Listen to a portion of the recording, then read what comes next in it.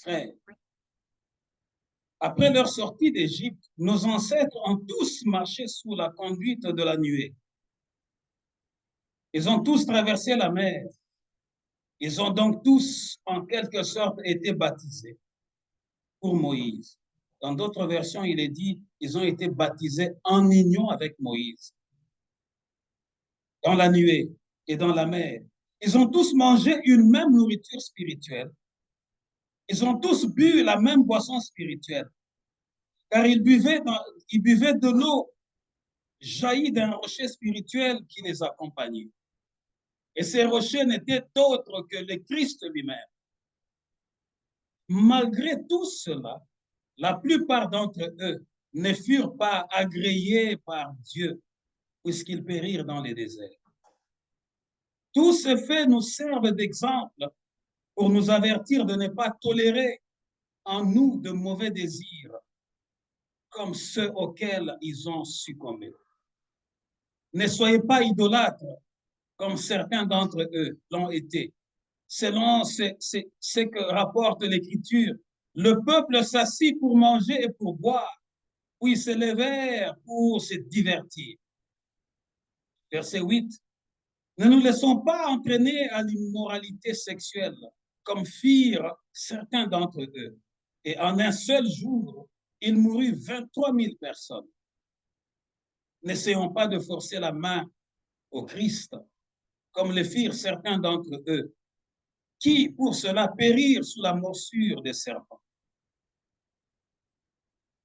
Peuple de Dieu, évitons de forcer la main de Dieu. Ne forçons jamais la main de Dieu.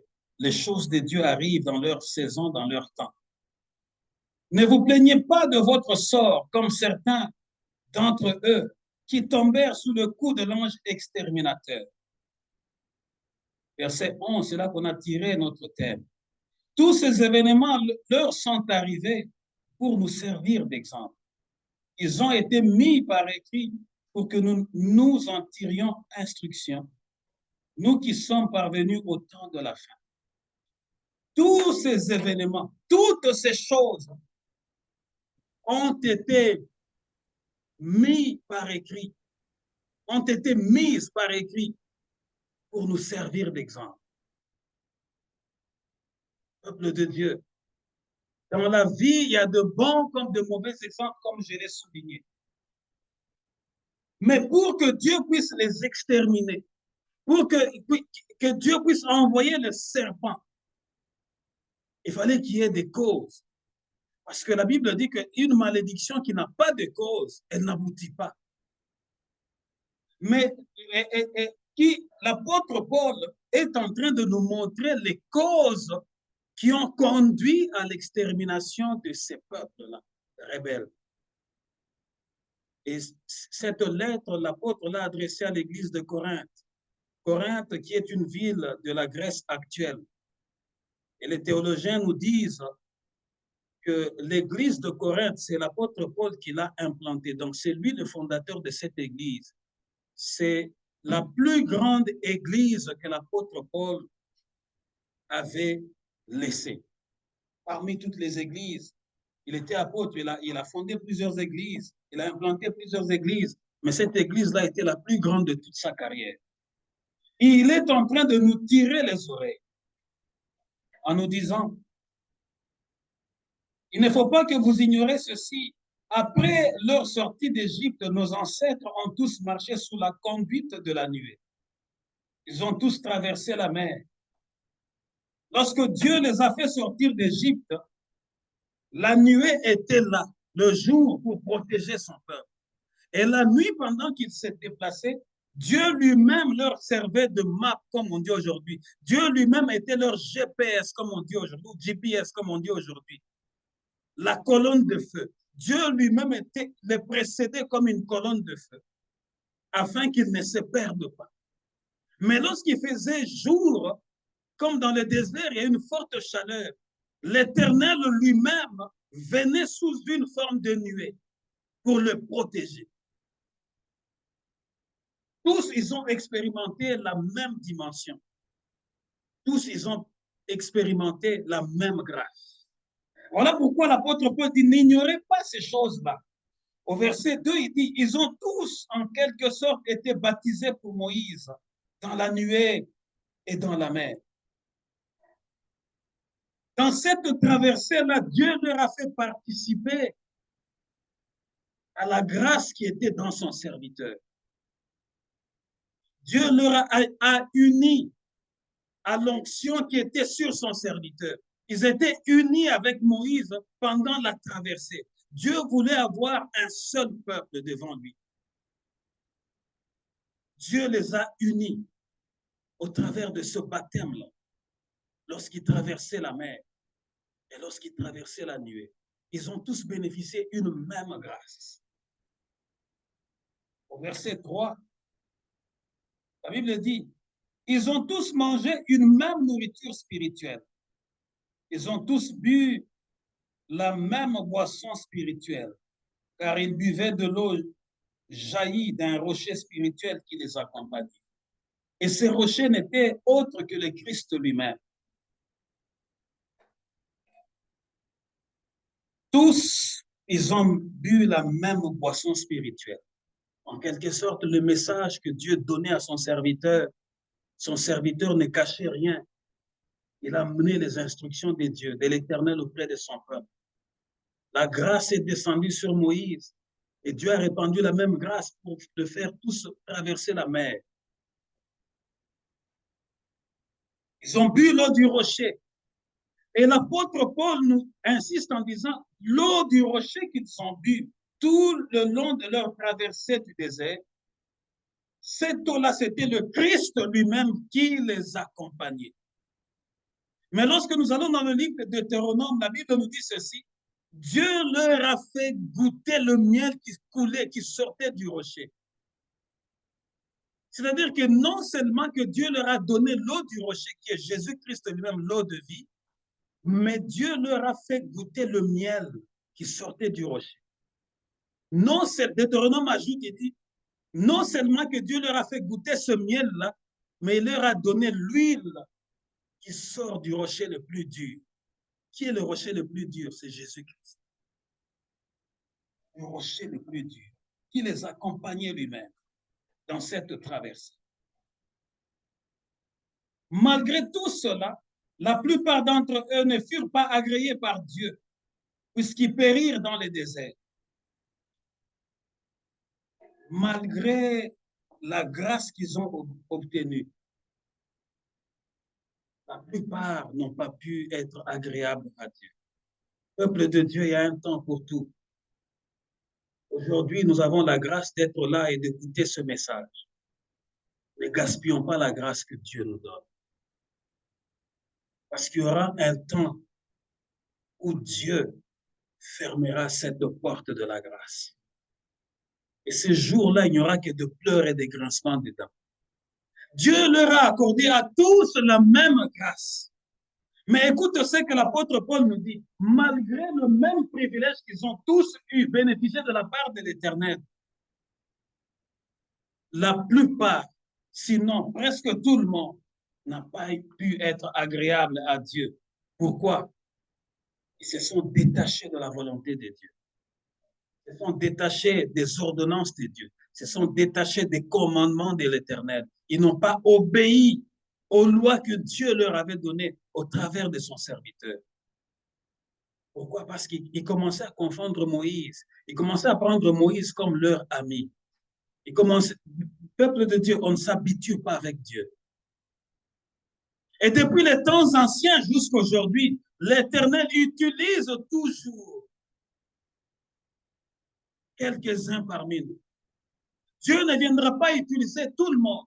C'est de l'orgueil. À cause de leur orgueil, ils ne furent pas trouvés favorables devant Dieu. Pourquoi? Parce qu'ils voyaient que Moïse était au milieu d'eux. Ils voyaient que Moïse a mangé la manne comme eux. Ils voyaient que Moïse a mangé aussi ce qu'eux mangeaient. Il a bu de l'eau du rocher comme eux. Alors que Moïse était mis à part par l'Éternel.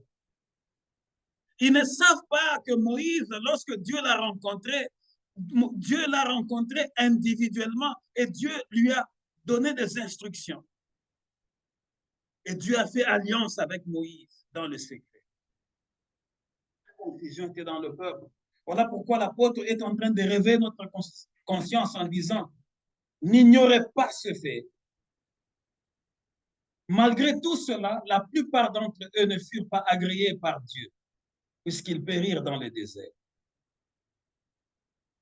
Verset 6. Tout ce fait nous sert d'exemple pour nous avertir de ne pas tolérer en nous de mauvais désirs, comme ceux auxquels ils ont succombé. Quelques causes. Nous allons voir quelques causes qui ont fait que ces peuples-là ne traversent pas ou n'arrivent pas à leur destinée. Ils ont été idolâtres. L'idolâtrie est entrée au milieu de ces peuples-là. Alors que Dieu leur avait averti par la bouche de son serviteur. Nous allons les lire. Je vais d'abord citer les causes. Il y a eu l'idolâtrie. Or, dans l'idolâtrie, il y a deux aspects que nous devons noter. Dans l'idolâtrie, il y a deux aspects. Le premier aspect, c'est que le peuple était en train d'adorer des dieux étrangers. L'adoration des dieux autres que les dieux vivants, l'Éternel. Commencer à vouloir imiter les autres peuples.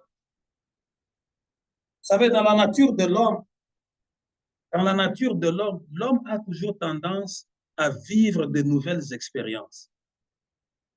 Ça ne date pas d'aujourd'hui. Ils ont commencé à imiter les autres peuples et ils sont tombés dans l'idolâtrie. Et le deuxième aspect de l'idolâtrie, c'est l'adoration du Dieu vivant et vrai, mais sous la forme d'image. Ce sont des choses que Dieu a formellement interdites. Ils ont commencé à adorer d'autres dieux, mais dans l'idolâtrie, on croit adorer les véritables dieux vivants et réels en taillant des images. Ça, c'est le deuxième aspect de l'idolâtrie.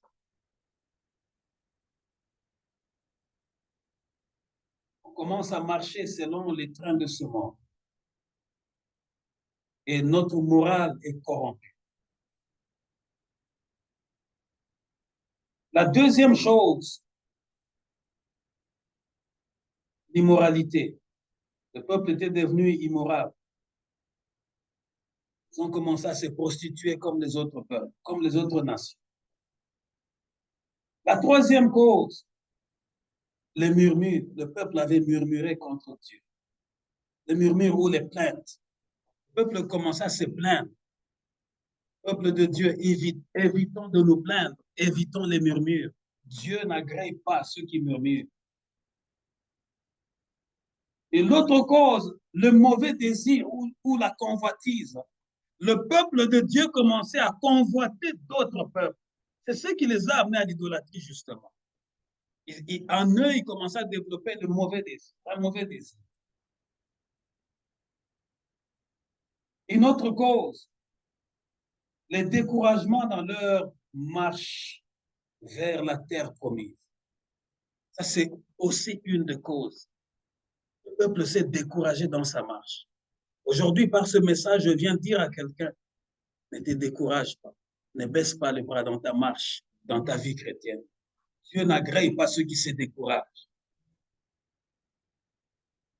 Une autre cause, le peuple a forcé la main de Dieu. Or, nous ne pouvons jamais tenter Dieu. Et Dieu ne recule pas. Ils ont voulu forcer la main de l'Éternel.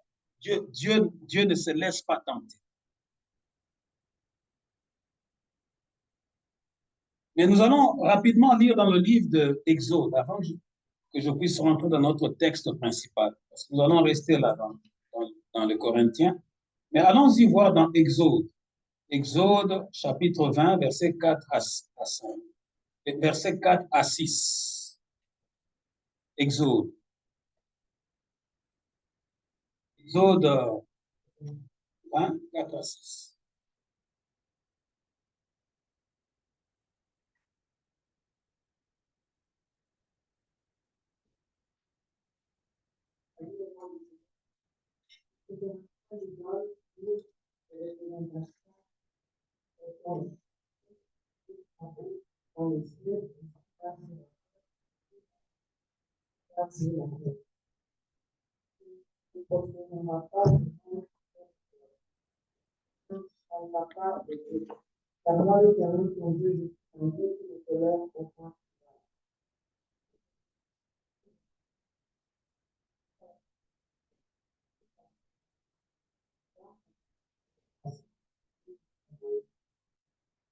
Amen. La Bible nous dit ceci. Tu ne te feras pas d'idole ni de représentation quelconque de ce qui se trouve en haut dans le ciel, ici-bas sur la terre, ou dans le zoo, plus bas que la terre. Tu ne te prosterneras pas devant de telles idoles, et tu ne leur rendras pas de culte, car moi, l'Éternel, ton Dieu, je suis un Dieu qui ne tolère aucun rival. Dans l'autre version, je suis un Dieu jaloux. J'ai puni les fils pour la faute de leur père, jusqu'à la 3e, voire la 4e génération de ceux qui me haïssent. Si vous avez vos Bibles, soulignez ces versets-là. Mais j'agis avec amour jusqu'à la 1000e génération envers ceux qui m'aiment et ceux qui obéissent à mes commandements. Soulignez tous ces versets-là. Rentrons dans notre texte principal.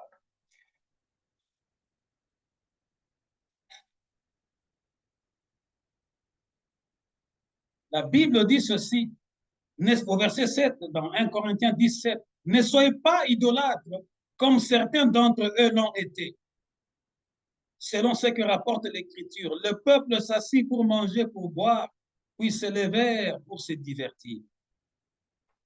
Ils ont voulu imiter les autres.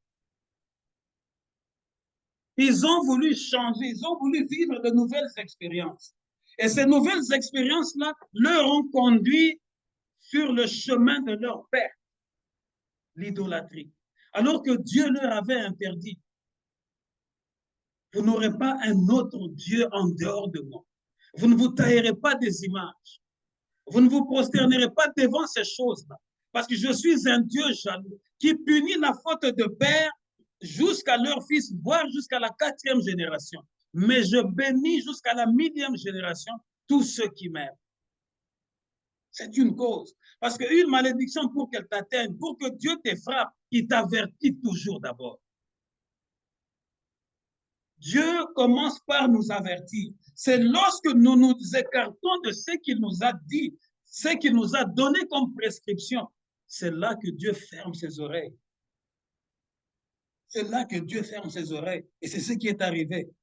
Voilà pourquoi l'apôtre Paul dit, ne soyez pas insensés. Ces choses leur sont arrivées pour nous servir à nous d'exemple, nous qui sommes de ce temps de la fin. Ne nous laissons pas entraîner à l'immoralité sexuelle, comme firent certains d'entre eux.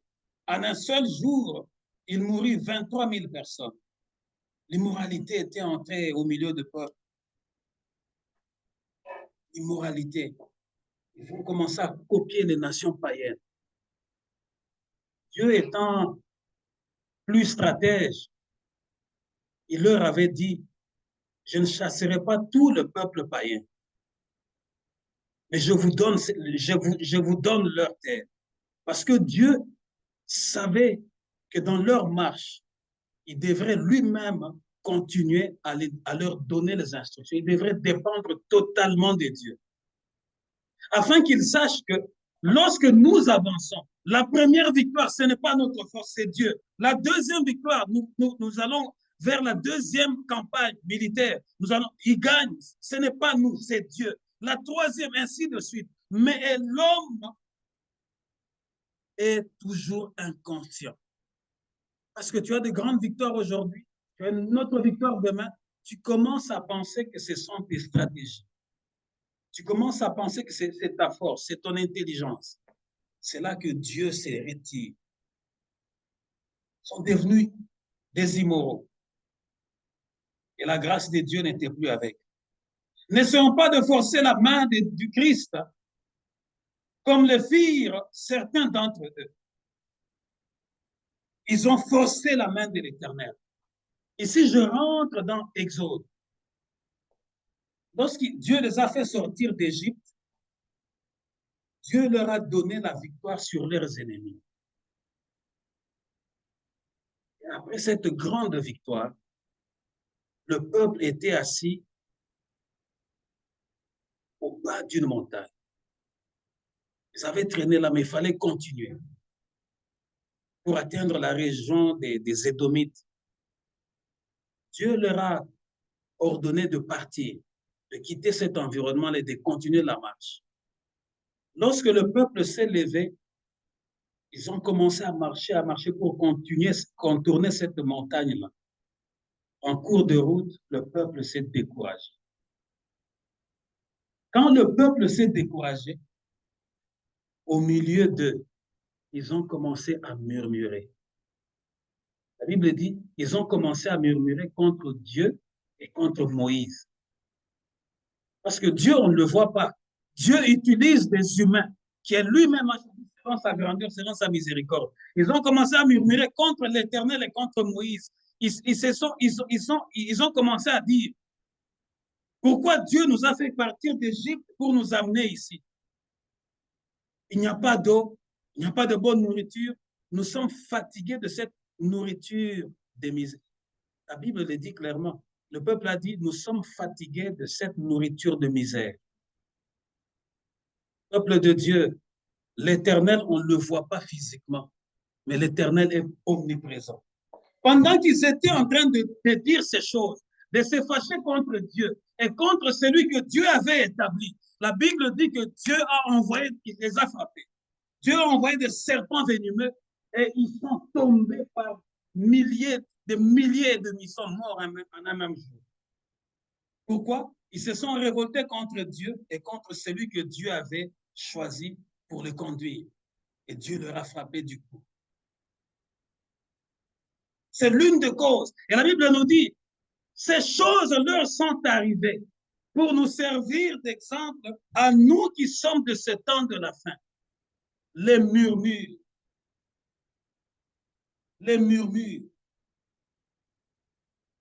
la convoitise, vouloir forcer à tout prix la main de Dieu. Nous sommes fatigués de manger la même chose, cette nourriture de misère. La Bible dit que Dieu leur a frappé. Mais parmi eux, il y avait Josué, il y avait Caleb. De toute cette population-là qui était sortie d'Égypte, il n'y a que les deux là qui ont vu la terre que Dieu leur avait destinée. Est-ce que je parle à quelqu'un aujourd'hui? Tu peux avoir des promesses sûres et certaines, mais parce que les exemples des autres, les mauvais exemples de l'orgueil, des murmures, de convoitise, de l'immoralité, de la désobéissance, ça ne quitte pas ta vie. Tu essaies d'imiter les autres, tu essaies de copier le comportement des autres. Tu n'arriveras pas à ta destinée. Voilà pourquoi l'apôtre Paul dit, ici, je rentre dans le verset 5, malgré tout cela, la plupart d'entre eux ne furent pas agréés par Dieu, puisqu'ils périrent dans le désert. De toute cette génération, il n'y a eu que 2 personnes qui sont entrées à la destinée. Veux-tu entrer dans ta destinée ou bien tu veux rester en cours de route? La Bible est claire là-dessus, dit, plusieurs avaient des bénédictions, plusieurs avaient des promesses, mais n'ont pas touché ces promesses-là. C'est ce peuple, il parlait de ce peuple. Ils n'ont pas, la promesse était ferme. Vous allez entrer sur la terre où coule le lait et le miel, à Canaan. Mais à cause de leur entêtement, Dieu a arrêté leur marche dans le désert.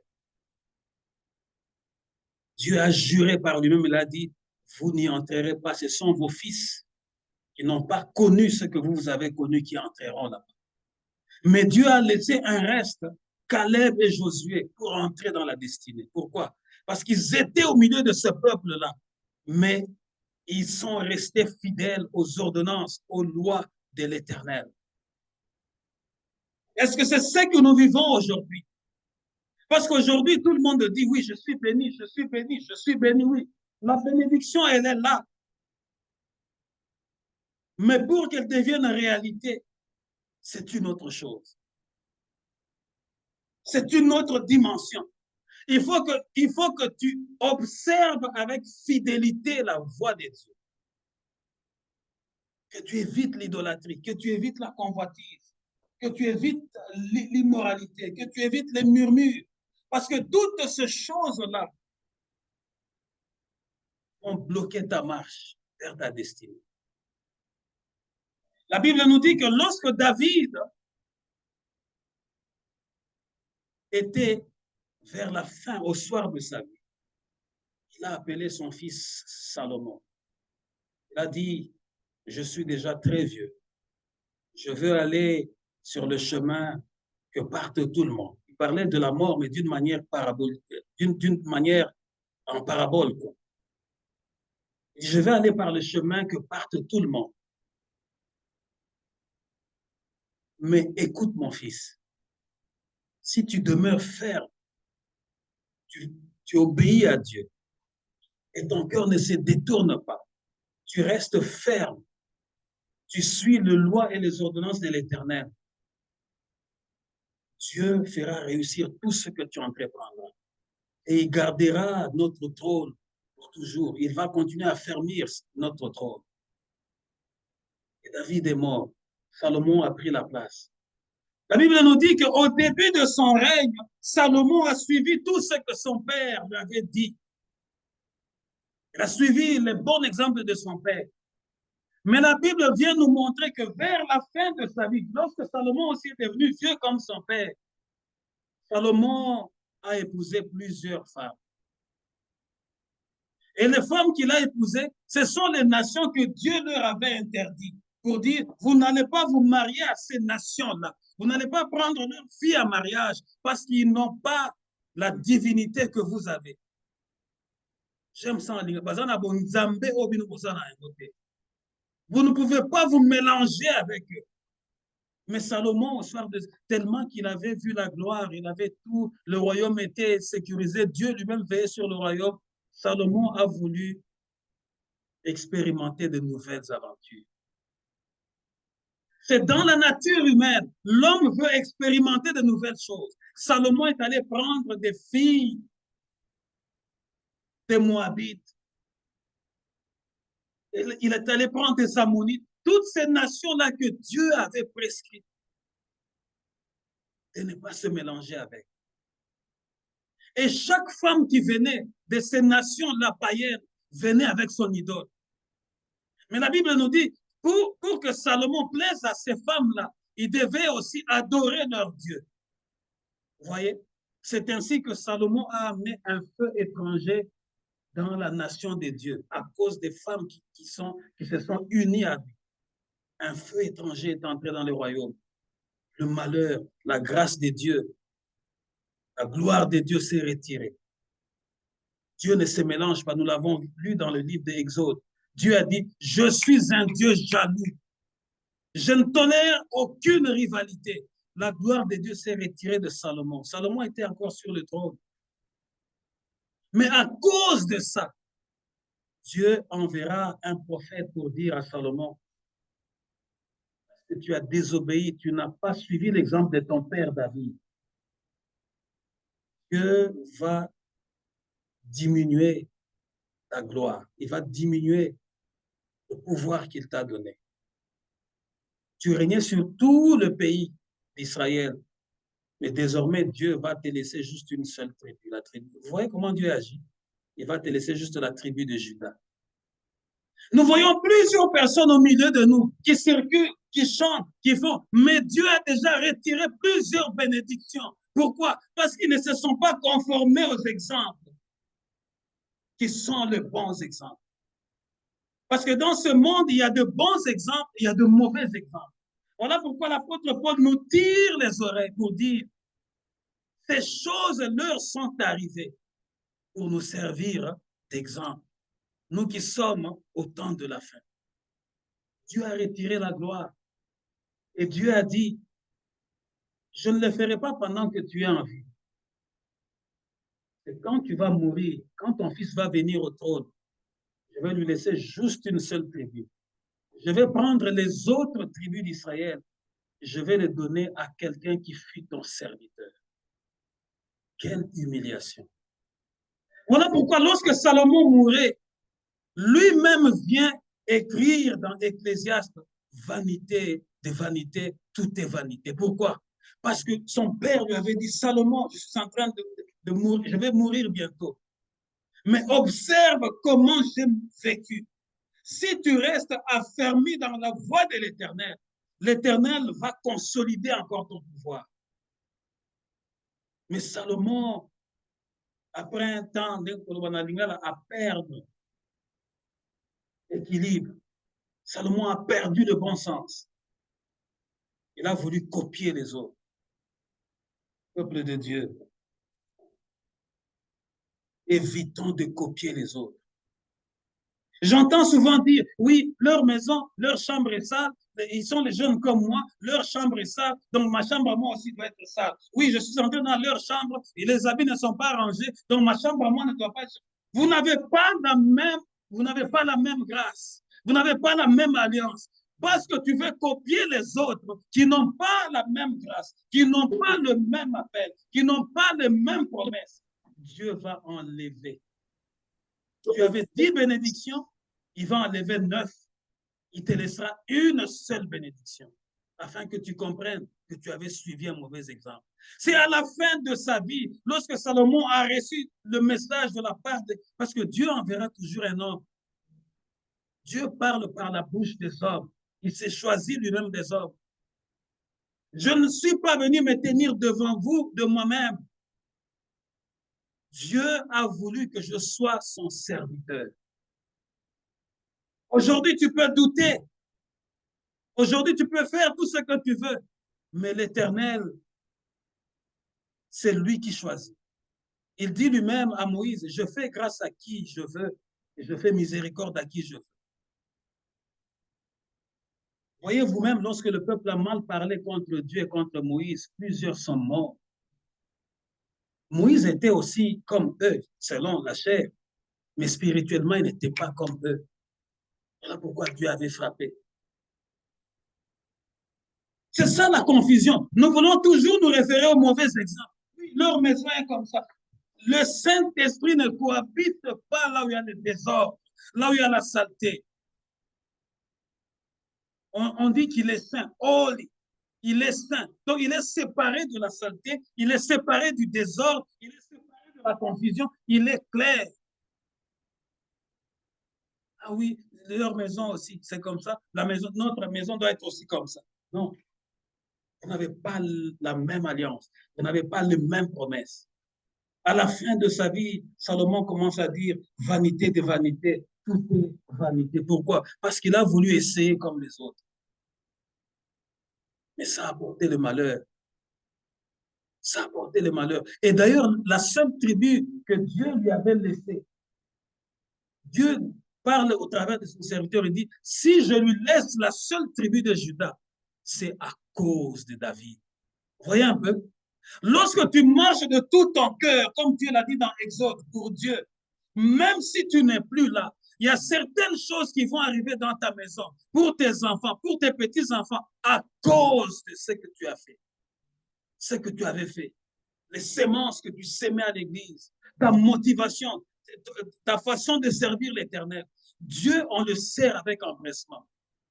Dieu, on le sert avec empressement.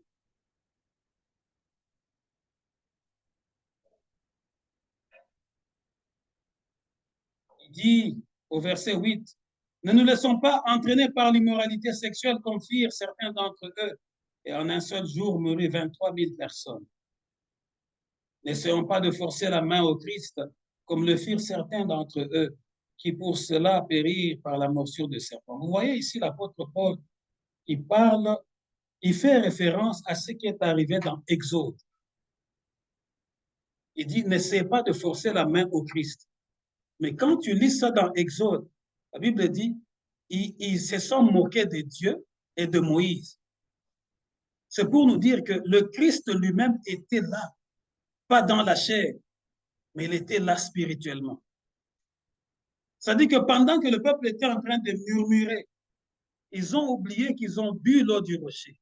Ils ont oublié qu'ils ont tous été baptisés sous la nuée, c'est-à-dire qu'ils étaient sous la protection. Ils ont oublié que le Christ lui-même, Jésus lui-même les accompagnait. Ne force pas les bénédictions. Dieu a un temps qu'il a lui-même déjà conçu. Parce que plus tu essaies de forcer les choses de Dieu, de forcer le temps à Dieu, plus la plupart abandonnent et se découragent. Parce que tu viens à l'église, tu ne viens pas pour adorer celui qui est assis sur le trône, mais toi, tu viens avec des motivations cachées. Je vais aller là-bas parce que je vais trouver des jeunes qui sont célibataires. Je vais aller là-bas parce qu'il y a des jeunes filles. Je vais trouver une femme. Je vais aller là-bas parce qu'il y a un grand réseau de gouverneurs vient à cette église. Tel vient à cette église. Lorsque je vais les saluer, je vais demander la carte de visite. Tu viens avec des motivations cachées. Et lorsque Dieu fait échouer tes motivations cachées, tu commences à vouloir forcer la main. Voilà pourquoi plusieurs sont déçus et plusieurs abandonnent. Parce qu'ils sont venus avec un cœur tordu. Leur cœur n'était pas sincère. Leur motivation n'était pas sincère. Ces choses leur sont arrivées pour nous servir d'exemple. Ne t'associe pas avec le méchant. Parce que nous subissons les conséquences de notre manque d'écoute. Je le répète, nous subissons les conséquences de notre manque d'écoute. Dieu leur a averti plusieurs fois par la bouche de Moïse. Mais ils se sont entêtés. Et la fin, c'est quoi? Le châtiment est venu. Dieu ne châtie pas avant, il t'avertit avant. Mais puisque tu refuses d'écouter, il te laisse encore un temps de grâce. Plus tu refuses d'écouter, tu t'enfonces encore dans le mal. Tu vas subir les conséquences. Plusieurs au milieu de nous sont en train de subir les conséquences parce qu'ils n'avaient pas écouté. On te dit, ne marie pas cet homme, ne va pas avec lui. Non, je veux le marier. Oui, je vais la marier. Mais après, tu vas subir les conséquences. Ne t'approche pas de cette personne, elle est idolâtre ou elle n'a pas un bon témoignage. Non, tu n'écoutes pas, tu t'approches. Après, il y aura une conséquence. Nous subissons les conséquences parce que nous ne voulons pas écouter. Le peuple avait refusé d'écouter la parole de Dieu. Le peuple s'était détourné des instructions que Dieu leur avait données.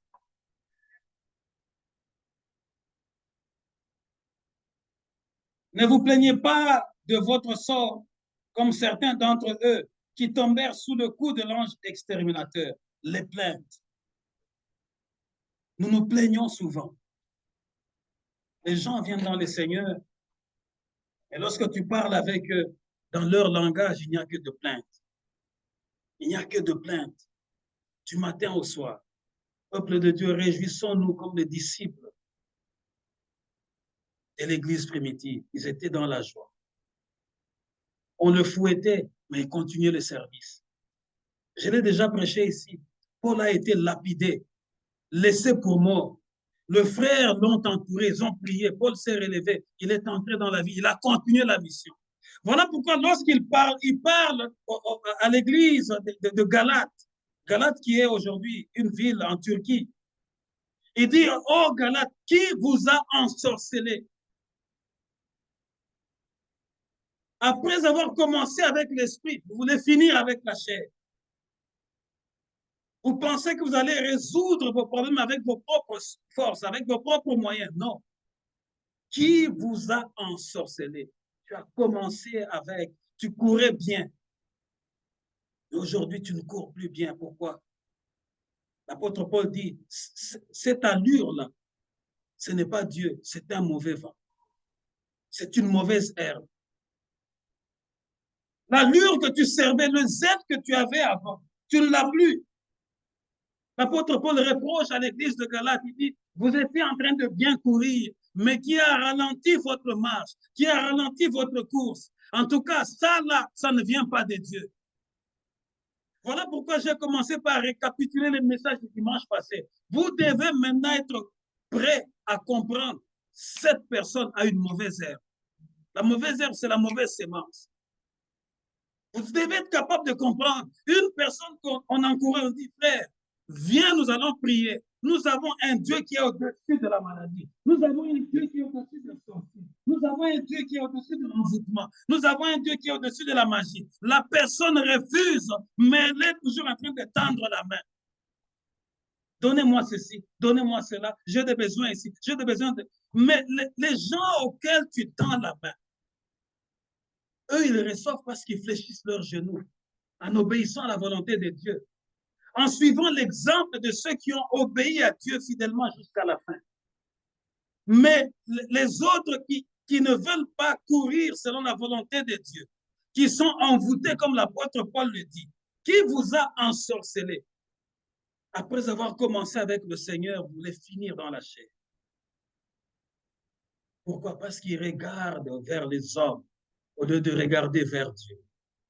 Je viens t'annoncer, te dire ce matin, les promesses sont là, elles sont sûres, elles sont certaines. Mais pour toucher à ces promesses-là, il faut obéir jusqu'au bout, comme Josué, comme Caleb. Parce que les choses ici, ils avaient tous les mêmes promesses. Ils ont tous été baptisés, unis à Moïse. Vous voyez un peu la grâce que Dieu leur a fait? C'est ce que l'apôtre nous dit. Lorsqu'ils traversaient la mer, c'était le baptême. Et ce baptême-là, Dieu était en train de les unir à la grâce qu'il avait mis en Moïse. Mais lorsqu'ils ont traversé la mer Rouge, ils ont commencé à murmurer. Ils ont commencé à se plaindre. Voilà pourquoi ils ont vu leur bénédiction, mais ils n'ont pas touché leur bénédiction. Est-ce que je parle à quelqu'un aujourd'hui? Tu risques d'avoir toutes les promesses notées dans ton cahier et ne pas les toucher. Parce qu'il y a eu des gens avant nous qui ont désobéi et Dieu a débarrassé ces hommes. Dieu a anéanti ces femmes-là à cause de leur désobéissance.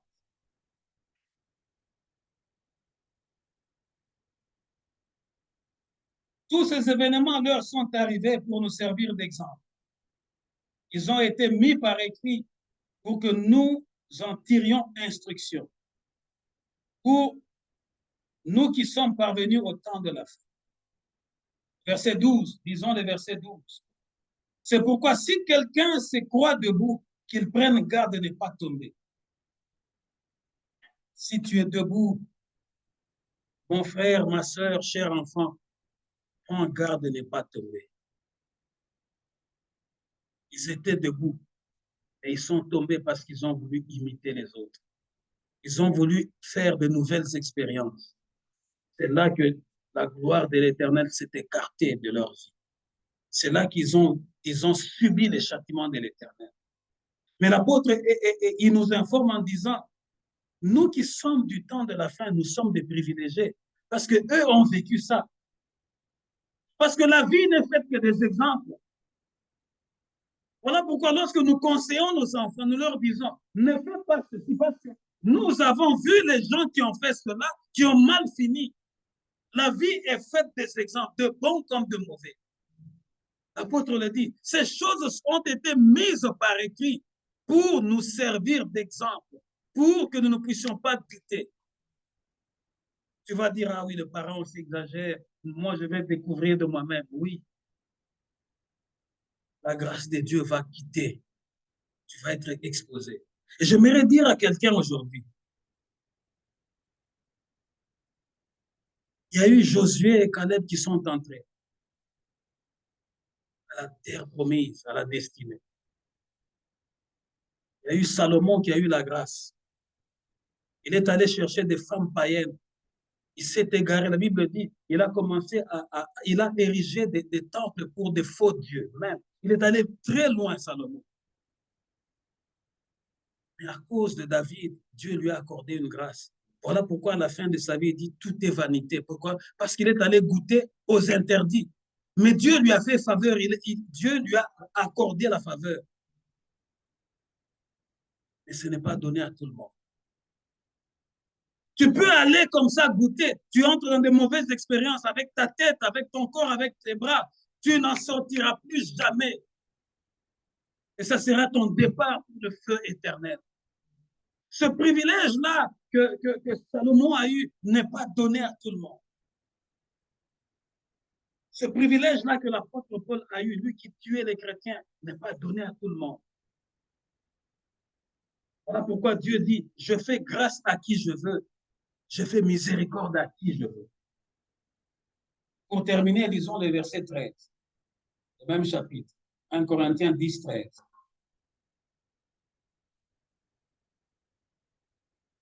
1 Corinthiens 10, 13, toujours là où nous sommes.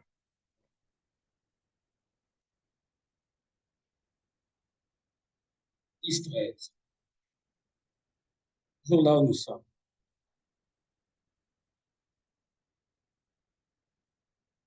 Amen.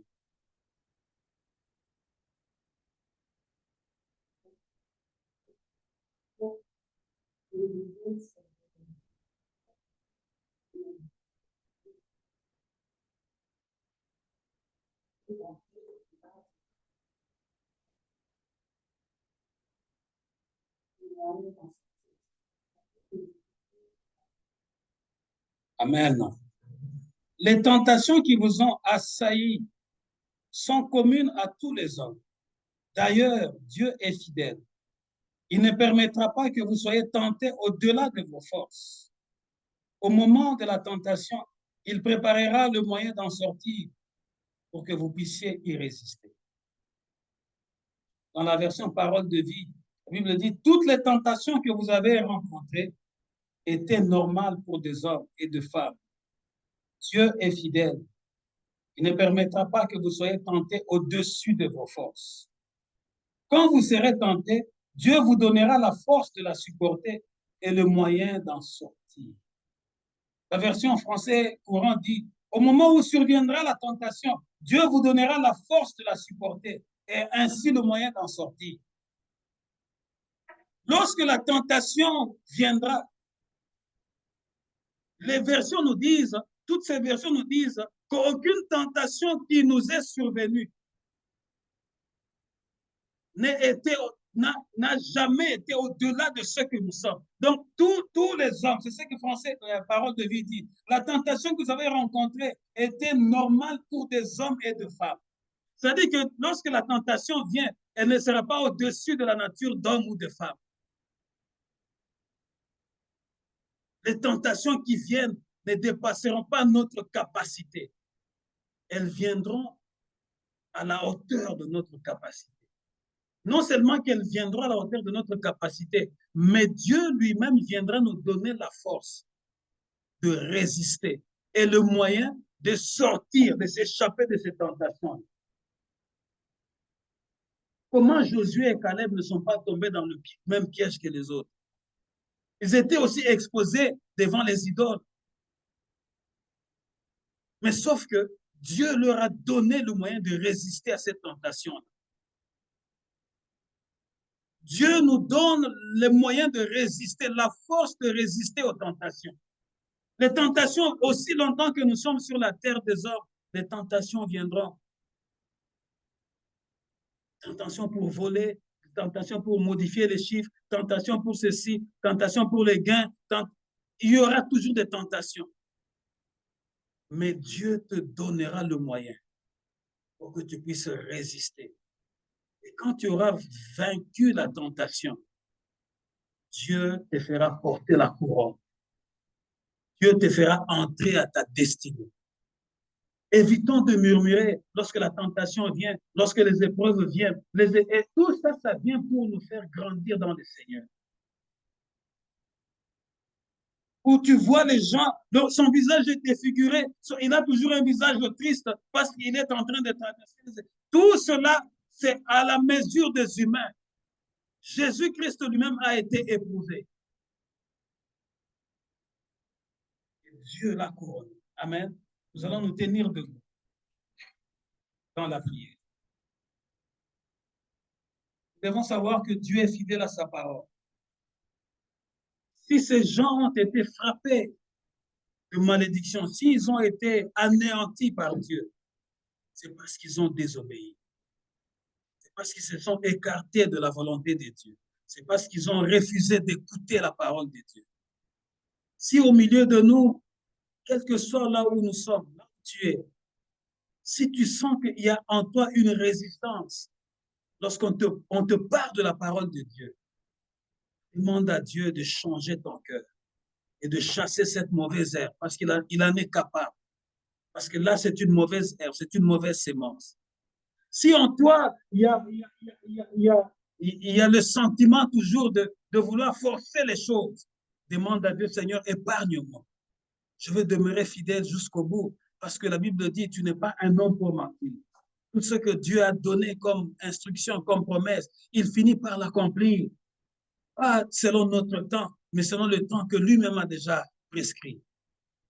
Si en toi, il y a la désobéissance, si en toi, il y a un autre aspect d'idolâtrie, demande à Dieu d'enlever cette mauvaise herbe pour que tu ne sois pas frappé. Si ces choses sont arrivées aux autres, ça peut aussi nous arriver aujourd'hui. Élève ta voix, commence à prier. Commence à prier, commence à prier, commence à prier, commence à prier, commence à prier, commence à prier, commence à prier. Nous rencontrons des tentations là où nous travaillons, là où nous allons, dans nos familles, partout dans l'environnement. Mais dans tout ça, nous devons savoir que Dieu est fidèle. Il ne permettra pas que nous soyons tentés au-delà de notre force, au-delà de notre intelligence. Il nous donnera lui-même la force de supporter. Il nous donnera lui-même la force de traverser tête haute et de sortir vainqueur de ces épreuves-là. Seigneur, nous te prions. Nous te prions, Seigneur notre Dieu, car ces choses sont arrivées. Ces choses sont arrivées, l'heure sont arrivées pour nous servir d'exemple. Nous qui sommes parvenus à la fin du temps, et nous ne voulons pas relâcher, Seigneur. Nous ne voulons pas ralentir notre marche chrétienne. Nous ne voulons pas abandonner. Nous ne voulons pas nous confondre, Seigneur, au commun de mortels. Mais nous voulons rester à tes pieds. Nous voulons être soumis à ta parole. Nous voulons marcher selon ta volonté. Nous voulons vivre, Seigneur, ta parole. Nous voulons suivre tes instructions. Nous ne voulons pas nous écarter ni à gauche ni à droite.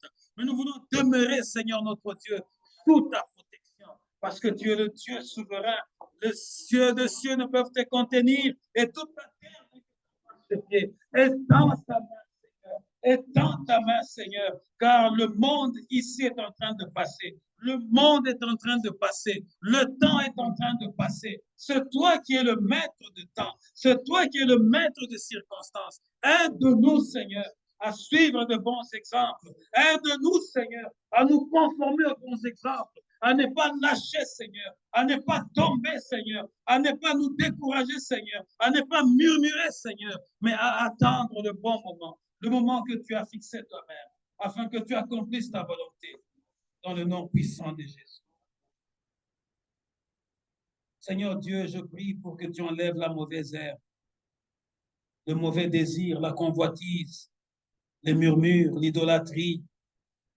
Je prie, Seigneur, pour que tu enlèves, que tu anéantisses ces choses. Je prie, Seigneur notre Dieu, que tu brises nos cœurs, afin que nous ne puissions pas provoquer ta colère. En tant qu'humains, Seigneur, nous voulons vouloir expérimenter de nouvelles choses. Et ta parole nous l'interdit, Seigneur notre Dieu. Nous voulons expérimenter ta parole. Nous voulons expérimenter ta parole. Nous voulons demeurer fidèles à ta parole, car tout dans ce monde change. Mais ta parole, elle ne change pas. Je prie au Père que tu étendes ta main afin de sauver plusieurs.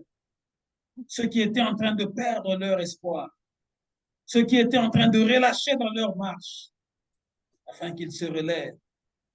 Seigneur, nous sommes parvenus au temps de la fin.